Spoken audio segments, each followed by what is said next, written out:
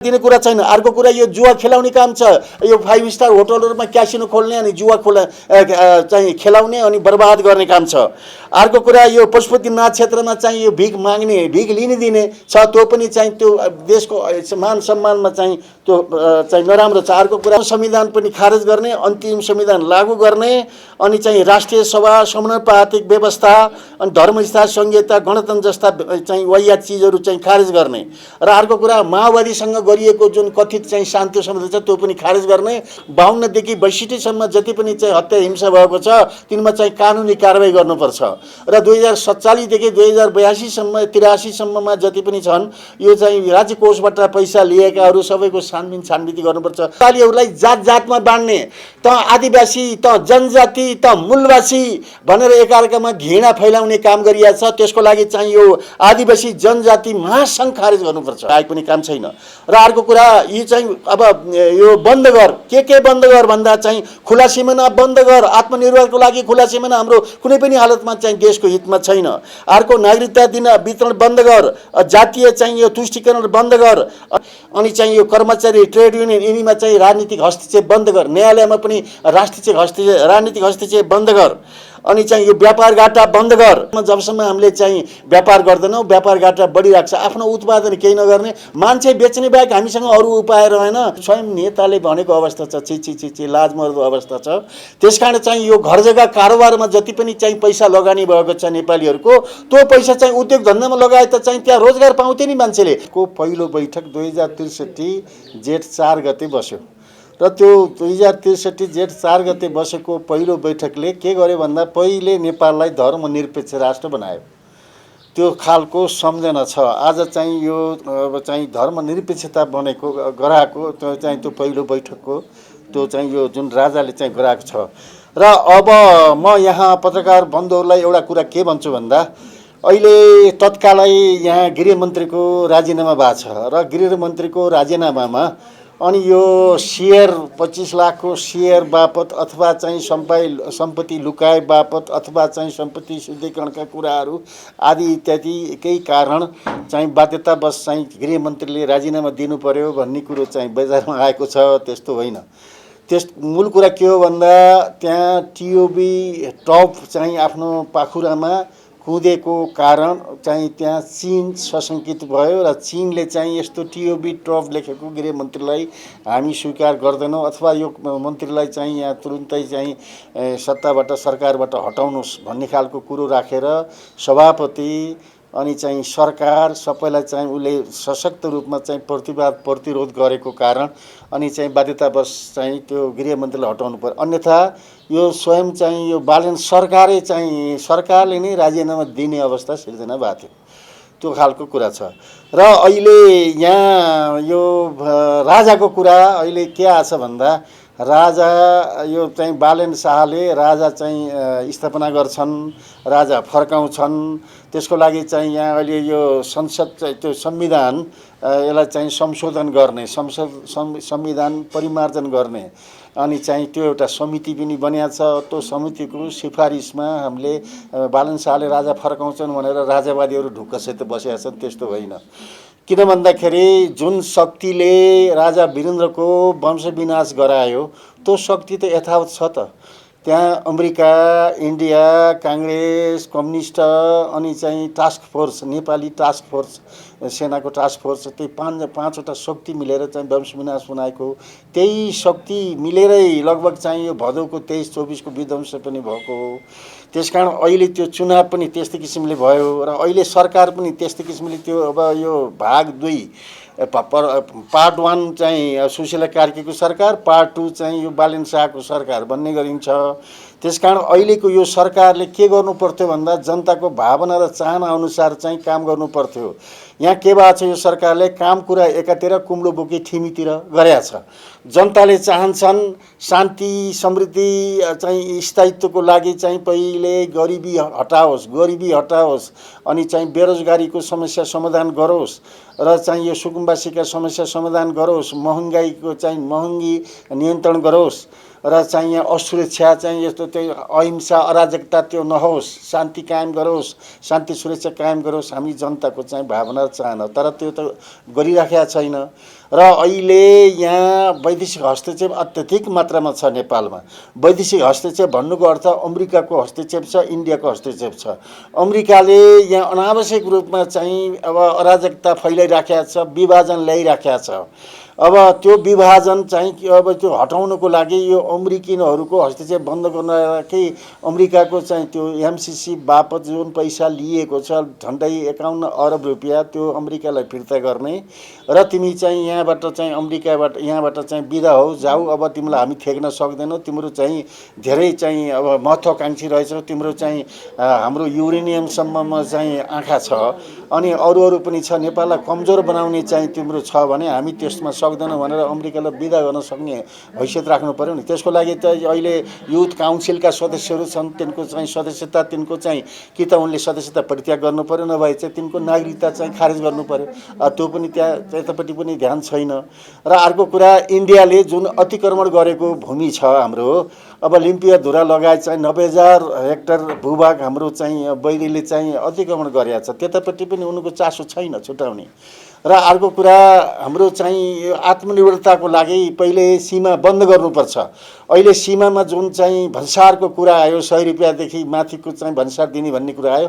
ए बाबा, तिमी आत्मनिर्भरताको कुरा गर, भन्सारको चाहिँ त्यो सामान चाहिँ भन्सार बन्द गर। इन्डियाले चाहिँ 4 पटक चाहिँ अहिलेसम्म त्यो नाकाबन्दी लगाएको छ। 2019 सालमा लगायो, 27 सालमा लगायो, 45 सालमा लगायो, 72 सालमा लगायो।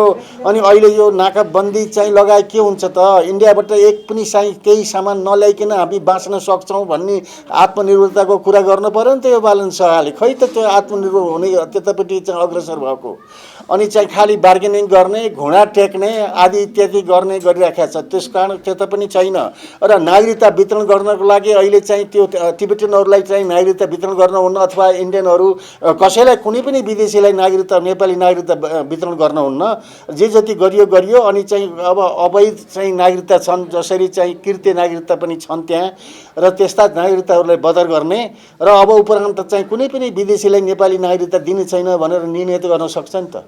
त्यो पनि चाहिँ गर्दैन। अब त्यो सुकुम्बासीहरूलाई चाहिँ अब को चाहिँ वास्तविक सुकुम्बासी हुन् तिनीहरूलाई चाहिँ घर बनाइदिएर अनि रोजगार दिएर लो बस आफ्नो गुजारा गर। अब त्यो चाहिँ झन्झटसँगले सुकुम्बासी समस्याको स्थायी समाधानको लागि केही त गर्नुपर्छ नि, त्यो पनि चाहिँ गर्दैन।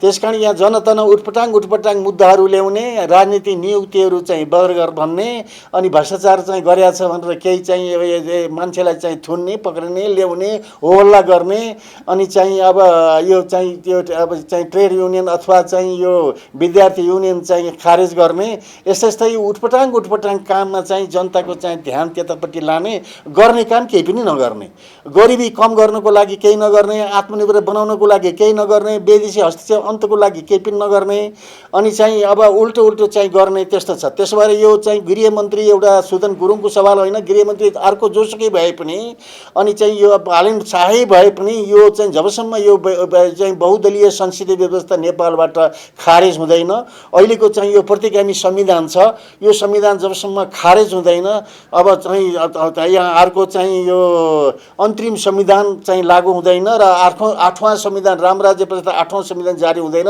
नेपालमा शान्ति समृद्धि स्थायित्व हुँदैन। अब यो चाहिँ जब यो संविधान यथावत राखेर चाहिँ दुनियाँभरको नाटक गर्नुको के औचित्य छ? केही छैन। यो जनतालाई चाहिँ ठगेको हो, जनतालाई भ्रममा राखेको हो, जनतालाई अल्मलाएको र समय मात्रै व्यतीत गरेको हो। र त्यसकारण अहिले हामीले के भन्छौँ भन्दा यसले चाहिँ यो चाहिँ राष्ट्रवादी यदि यो सरकार हो भने पहिले हाम्रो चाहिँ यो राष्ट्रिय परिचय पत्र खारेज गरोस्।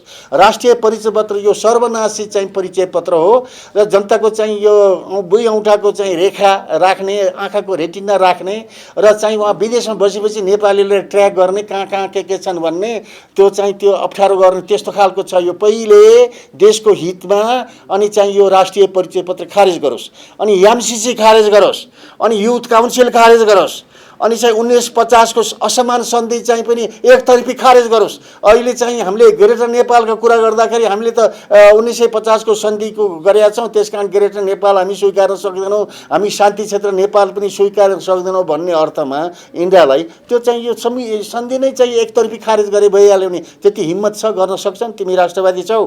र अर्को कुरा यो चाहिँ ट्रेड युनियनको कुरामा चाहिँ विश्वमा मजदुर सङ्घले चाहिँ के भन्छ भन्दा यो चाहिँ विश्वव्यापी चलेको हो, यो यसरी चाहिँ मजदुरहरूको हक हितको लागि चाहिँ खडा गरेको युनियन हो, त्यसकारण चाहिँ यो चाहिँ हामी खडा गर्दैन सक्दैनौँ भन्छ। त्यसकारण यो 7औं संविधान पनि खारेज गर्ने, अन्तिम संविधान लागू गर्ने, अनि चाहिँ राष्ट्रिय सभा, समानुपातिक व्यवस्था, अनि धर्मस्थल संहिता, गणतन्त्र जस्ता चाहिँ वाहियात चिजहरू चाहिँ खारेज गर्ने। र अर्को कुरा माओवादीसँग गरिएको जुन कथित चाहिँ शान्ति सम्झौता छ त्यो पनि खारेज गर्ने। र जुन चाहिँ यो 52 देखि 62 सम्म जति पनि चाहिँ हत्या हिंसा भएको छ तिनमा चाहिँ कानुनी कारबाही गर्नुपर्छ। र 2047 देखि 2082 सम्म 83 सम्ममा जति पनि छन् यो चाहिँ राज्य कोषबाट पैसा लिएकाहरू सबैको छानबिन गर्नुपर्छ। र त्यसमा पनि चाहिँ सर्वोच्चले भनिसक्यो तिमीले छानबिन त गर्न सक्छौ तर मुद्दा चलाउन सक्दैनौ भन्छ। त्यो मुद्दा चलाउनको लागि अभियोजनको अधिकार सहित आयोगलाई चाहिँ त्यो काम गर्न छानबिन दिन गरे पो त्यसको चाहिँ प्रतिफल, त्यसको परिणाम चाहिँ सकारात्मक परिणाम आउँथ्यो। अब छानबिन गर्छ अनि उनले एकातिर थन्काइदिन्छ, ती माथि कारबाही नै हुँदैन। कस्तो किसिमको चाहिँ नक्कली काम गरिराखेको छ। त्यसकारण यो पनि चाहिँ यो जनतालाई छारो हाल्ने काम भएको छ। अर्को कुरा यहाँ हामी नेपालीहरूलाई जात जातमा बाँड्ने, त आदिवासी, त जनजाति, त मूलवासी भनेर एकअर्कामा घृणा फैलाउने काम गरिएको छ। त्यसको लागि चाहिँ यो आदिवासी जनजाति महासङ्घ खारेज गर्नुपर्छ। यो महासङ्घले चाहिँ नेपालीलाई विभाजन गरेको छ। हामी नेपालीहरू सबै मिलेर बसेको नेपाली सबै, कुनै पनि यहाँ कोही द्वन्द्व थिएन, कुनै विभाजन थिएन, केही थिएन। हामीमा चाहिँ अहिले धेरै जातीयता अगाडि बढेको छ, जातपातको कुरा धेरै माथि निस्किएको छ। यो पनि चाहिँ खारेज गर्नुपर्छ। र अर्को कुरा दलित आयोग छ, थारू आयोग छ, मुस्लिम आयोग छ, यी वाहियात कुराहरू, यी आयोगहरूबाट पनि त्यहाँ चाहिँ एउटा मान्छेलाई चाहिँ पैसा खुवाउने अनि चाहिँ आफ्ना मान्छेलाई चाहिँ भरण पोषण गर्ने मात्रै छ, त्यसको चाहिँ कुनै तात्विक चाहिँ कुनै अन्तर छैन। यी आयोगहरू पनि खारिज गर्नुपर्छ। जातीय आयोगले चाहिँ जातीयता बढाउँछ, हिंसा फैलाउँछ, एकअर्कामा चाहिँ विभाजन ल्याउँछ, त्यसकारण चाहिँ यो जातीय आयोग पनि काम छैन। र अर्को कुरा यी चाहिँ अब यो बन्द गर, के बन्द गर भन्दा चाहिँ खुला सिमाना बन्द गर, आत्मनिर्भरको लागि खुला सिमाना हाम्रो कुनै पनि हालतमा चाहिँ देशको हितमा छैन। अर्को नागरिकता दिन वितरण बन्द गर, जातीय चाहिँ यो तुष्टिकरण बन्द गर, अनि शिक्षा, स्वास्थ्य चाहिँ यो रोजगार, अनि चाहिँ यो कर्मचारी, ट्रेड युनियन, यिनीमा चाहिँ राजनीतिक हस्तक्षेप बन्द गर, न्यायालयमा पनि राजनीतिक हस्तक्षेप बन्द गर, अनि चाहिँ यो व्यापार घाटा बन्द गर, अनि चाहिँ यो छिमेकीसँग चाहिँ वस्तु विनिमयको आधारमा जबसम्म हामीले चाहिँ व्यापार गर्दैनौँ व्यापार घाटा बढिरहेको छ। आफ्नो उत्पादन केही नगर्ने, मान्छे बेच्ने बाहेक हामीसँग अरू उपाय रहेन, अरू हामीले चाहिँ उत्पादन गरेर चाहिँ निर्यात गर्ने त केही चिजै छैन भनेर स्वयं नेताले भनेको अवस्था छ। छि लाजमर्दो अवस्था छ।